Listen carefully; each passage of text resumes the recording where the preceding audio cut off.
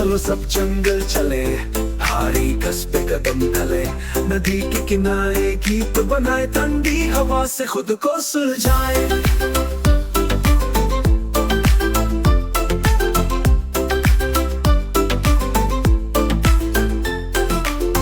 पेड़ों के पीछे चुप चुप जाए, तोते मैंने हमको बुलाए, हीरान निकल कर भाग जाए, बंदर हंसी का जादू दिखाए।